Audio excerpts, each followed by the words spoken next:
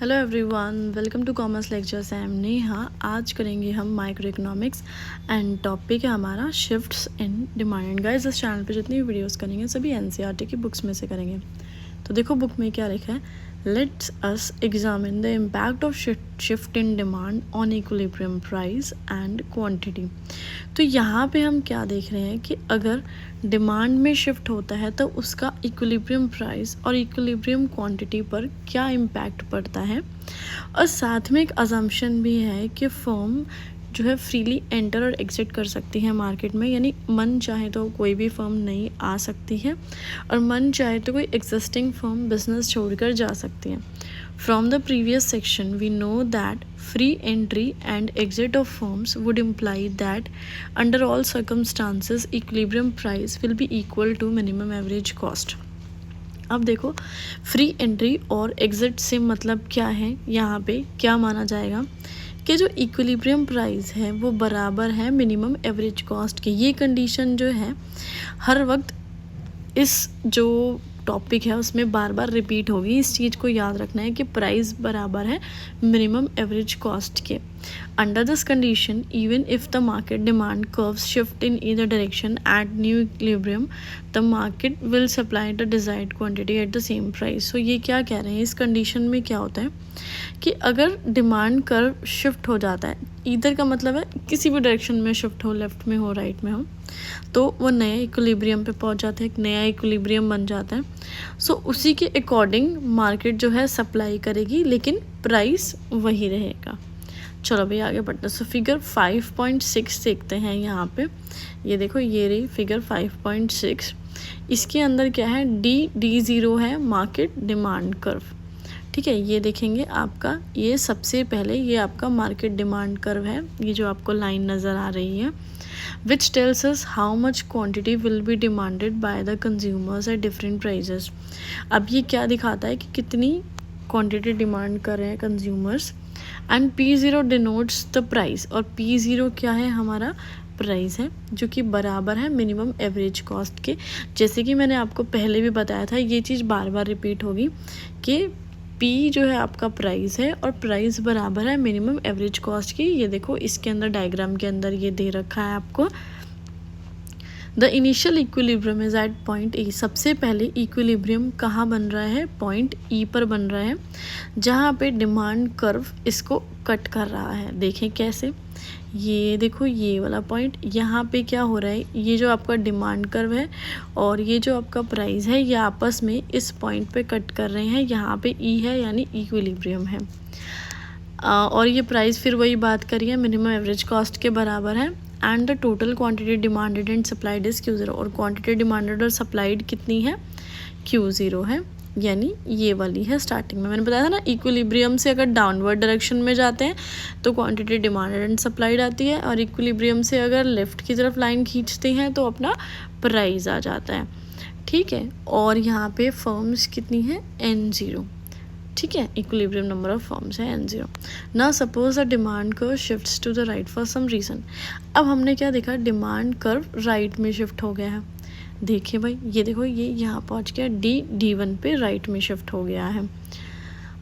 तो इससे क्या होगा, एक्सेस डिमांड हो जाएगी भाई, क्योंकि सप्लाई तो उतनी ही है ना, और डिमांड अचानक बढ़ गई है तो डिमांड एक्सेस हो जाएगी, यानी डिमांड ज़्यादा हो जाएगी। सपोज़ पहले क्या था, 100 यूनिट्स डिमांड कर रहे थे और 100 ही यूनिट सप्लाई हो रहे थे, लेकिन डिमांड हो गई 100 से 120, सप्लाई तो 100 ही रही, तो डिमांड 20 एक्स्ट्रा हो गई है ना, 120 हो गई। Some dissatisfied customers will be willing to pay higher price for the commodity. भाई कुछ ऐसे कस्टमर्स होंगे जो ज़्यादा प्राइस देने को रेडी होंगे, उनको ऐसा लगेगा कि भाई ये प्रोडक्ट हमें मिल जाए, चाहे 10-5 रुपये एक्स्ट्रा लग जाए, लेकिन हमारी डिमांड पूरी होनी चाहिए। So the price tends to rise. So price जो है आपका बढ़ जाएगा, क्योंकि खुद कस्टमर्स ज़्यादा प्राइस देने को रेडी है, क्योंकि उनकी डिमांड पूरी नहीं हो पा रही है। This gives rise to a possibility of earning super normal profit. अब प्राइस बढ़ने से क्या होगा, हम सुपर नॉर्मल प्रॉफिट कमा सकते हैं। बिल्कुल, ये पॉसिबिलिटी बढ़ रही है, ज़्यादा पैसे कमा सकते हैं प्राइस बढ़ने से। जहाँ 10 रुपये की एक चीज़ बिक रही थी, अब वो 12 रुपये में बिक रही है, तो 2 रुपये एक्स्ट्रा कमा रहे हैं, सुपर नॉर्मल प्रॉफिट हो गया। अभी which will attract new firms to the market, अब नई फर्म्स आएंगी मार्केट में, सबको ऐसा लगेगा कि ये प्रोडक्ट महंगा बिक रहा है, इससे हमें ज़्यादा प्रॉफिट हो रहा है, तो नई फर्म्स आ जाएंगी. The entry of these new firms will eventually wipe out the supernormal profit. अब ये जो नई फर्म्स आई हैं इनकी वजह से ये सुपर नॉर्मल प्रॉफिट ख़त्म हो जाएगा. कैसे ख़त्म हो जाएगा? क्योंकि भाई अब और फर्म्स जुड़ जाएंगी तो ये प्रॉफिट जो है सब में डिवाइड हो जाएगा, तो प्रॉफिट कम हो जाएगा सारी फर्म्स का. प्रॉफिट कम हुआ, ठीक है, तो क्या हुआ, प्राइस वापस से P0 पर आ जाएगा, क्योंकि बहुत सारी फर्म्स हो गई.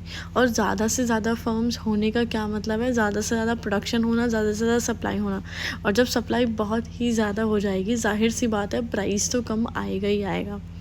Now higher quantity will be supplied at the same price. अब क्या होगा, बहुत सारी मैंने बताया कि न्यू फर्म्स आए हैं, न्यू फर्म्स आ गए हैं, तो अब ज़्यादा क्वांटिटी बेची जाएगी उसी प्राइस पे, क्योंकि अब बहुत सारी फर्म्स आ गए हैं, सब अपना स्टॉक क्लियर करने की सोचेंगे.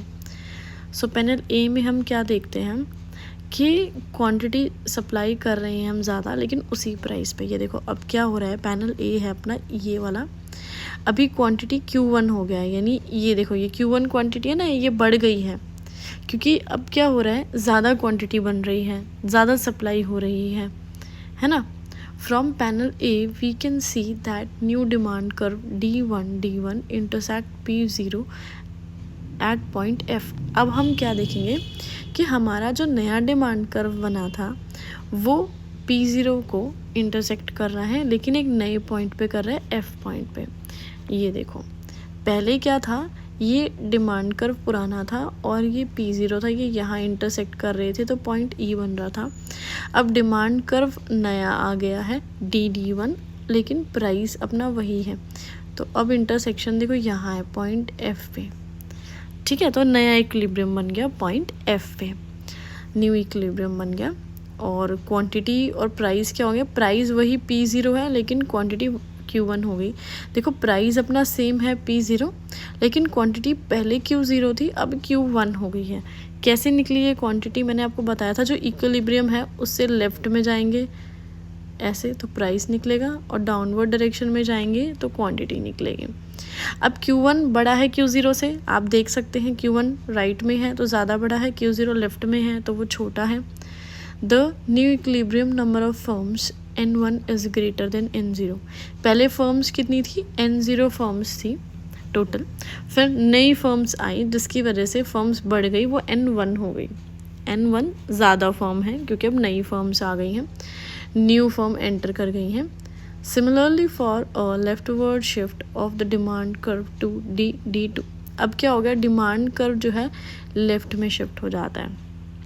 ठीक है भाई, ये भी देख लेते हैं. पहले देखो D0 था अपना डिमांड कर्व, अब लेफ्ट में शिफ्ट हो गया, D2 पे शिफ्ट हो गया है, लेफ्ट में शिफ्ट हो गया है.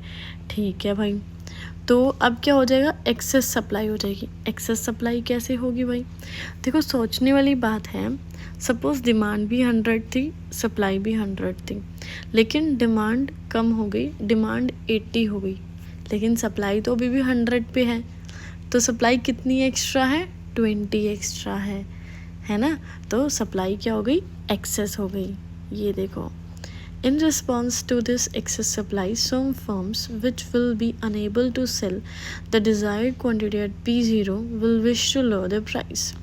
भाई बहुत सारी ऐसी फर्म्स होंगी जिनके पास एक्सेस सप्लाई है, यानी बहुत ज़्यादा स्टॉक है जो वो बेचना चाहती हैं लेकिन बेच नहीं पा रही हैं. अनेबल टू सेल यानी बेच नहीं पा रही हैं. सो प्राइस अपना मैंने बताया था ना P0 है स्टार्टिंग में, लेकिन अब वो क्या करेंगे, लोअर द प्राइस, यानी प्राइस को कम कर देंगी. भाई सबको ही लगता है कि मेरा इतना ज़्यादा स्टॉक, इतना ज़्यादा माल पड़ा हुआ है, इसको मुझे बेचना है वरना ये ख़राब हो जाएगा, किसी के भी काम का नहीं रहेगा, इसलिए प्राइस कम करके फर्म्स अपना स्टॉक जो है निकाल देती हैं. The price tends to decrease, which will lead to the exit of some of the existing firms. अब क्या हो जाएगा, प्राइस डिक्रीज़ हो जाएगा. प्राइस क्यों डिक्रीज़ हुआ, क्योंकि जो फर्म्स थी उन्होंने प्राइस खुद कम कर दिया अपना माल बेचने के लिए. अभी प्राइस कम होने लगा तो कुछ ऐसी फर्म्स होंगी जो अफोर्ड नहीं कर पाएंगी कम प्राइस पे सामान बेचना, और सर्वाइव करना उनका मुश्किल हो जाएगा, तो वो एग्ज़िट कर जाएंगी. कुछ फर्म्स जो है वो एग्ज़िट कर जाएंगी, छोड़ जाएंगी. अब फर्म्स के छोड़ते ही क्या हो जाएगा, प्राइस वापस P0 पे आ जाएगा. क्योंकि फर्म्स गई मतलब उनकी सप्लाई गई, सप्लाई कम होने से क्या होगा, सप्लाई और डिमांड आपस में वापस इक्वल आ जाएंगे, है ना, और प्राइस वापस से बढ़ जाएगा, पी ज़ीरो पहुंच जाएगा। Therefore, in the new equilibrium, less quantity will be supplied will be equal to the reduced demand at that price. So, जो नया इक्विलिब्रियम बना है यहाँ पे कम सप्लाई होगी, ठीक है। ये देखो कैसे, ये मैं यहाँ दिखाती हूँ आपको। पहले इक्विलिब्रियम था ई पर, फिर ये जो डिमांड कर्व लेफ़्ट में शिफ्ट हो गया, इसकी वजह से क्या हो गया, ये देखो ये प्राइस है और ये डिमांड कर्व जी पे कट कर रहे हैं, तो जी से लेफ़्ट में जाएंगे तो प्राइस आएगा, प्राइस तो सेम ही है, लेकिन डाउनवर्ड डायरेक्शन में जाएंगे तो ये Q2 हो जाएगा, क्वांटिटी कम है, तो क्वांटिटी देखो यहाँ पे कम हो रही है, पहले क्या थी Q0 थी, अब Q2 हो गई है, क्वांटिटी कम हो गई है। तो यहीं लिखा हुआ है less quantity will be supplied, अब क्वांटिटी कम सप्लाई की जाएगी। क्यों सप्लाई कम की जाएगी, क्योंकि कुछ ऐसी फर्म्स हैं जो छोड़ के जा चुकी हैं, तो वो सप्लाई करेंगी कैसे, है ना, जब छोड़ के चली गई तो। सो ये पैनल बी में है, जो भी हम देख रहे हैं इतनी देर से, ये पैनल बी है। Due to the shift of demand curve from D0 to D2, अभी हमने देखा कि डिमांड कर्व हमारा शिफ्ट हो गया, लेफ़्ट में शिफ्ट हो गया है। सो क्वांटिटी डिमांडेड और सप्लाइड भी कम हो गई है, Q2 पे हो गई है। देखो कैसे, मैं भी बताती हूँ, पहले Q0 पे थी, अभी Q2 पे हो गई है। अभी Q2 जो है वो लेफ़्ट में है, यानी कम है, ये भी कम हो गई है, लेकिन प्राइस अनचेंज्ड है P0 पे। देखो प्राइस P0 पहले भी था और अभी भी है, प्राइस सेम है। Here the equilibrium number of firms N2 is less than the N0. Starting में हमने देखा था N0 फर्म्स थी, लेकिन कुछ फर्म्स एग्जिट कर गई, छोड़ गई, जिसकी वजह से फर्म्स N2 रह गई। तो N2 क्या है, कम है, लेस है। क्यों कम है N0 से, क्योंकि कुछ फर्म्स छोड़ के चली गई हैं, देखा ना, एग्जिट कर गई हैं कुछ फर्म्स। हियर द आगे देखो क्या लिखा है, thus due to shift in demand right words. तो अब हम क्या देखेंगे, अगर डिमांड जो है राइट में शिफ्ट होती है तो जो हमारी इक्विलिब्रियम क्वांटिटी या नंबर ऑफ फर्म्स हैं वो बढ़ जाती है। भाई अगर डिमांड बढ़ेगी तो इक्विलिब्रियम क्वांटिटी भी बढ़ेगी और फर्म्स भी बढ़ेगी। फर्म्स क्यों बढ़ेंगी, क्योंकि डिमांड ज़्यादा हो रही है ना। अगर डिमांड लेफ़्ट में शिफ्ट होती है, यानी डिमांड हमारी कम हो रही है, लोग कम डिमांड कर रहे हैं, तो हमारी इक्विलिब्रियम क्वांटिटी और फर्म्स पे डिक्रीज़ होती है। क्योंकि देखो अगर डिमांड है ही नहीं तो फर्म्स क्या करेंगी यार, छोड़ के जाएंगे बिजनेस, सोचेंगे हम क्यों प्रोडक्शन करें जब डिमांड है ही नहीं तो। लेकिन इन सब में एक चीज़ कॉमन है, इक्विलिब्रियम प्राइस चेंज नहीं होगा, वो एज इट इज़ सेम ही रहेगा।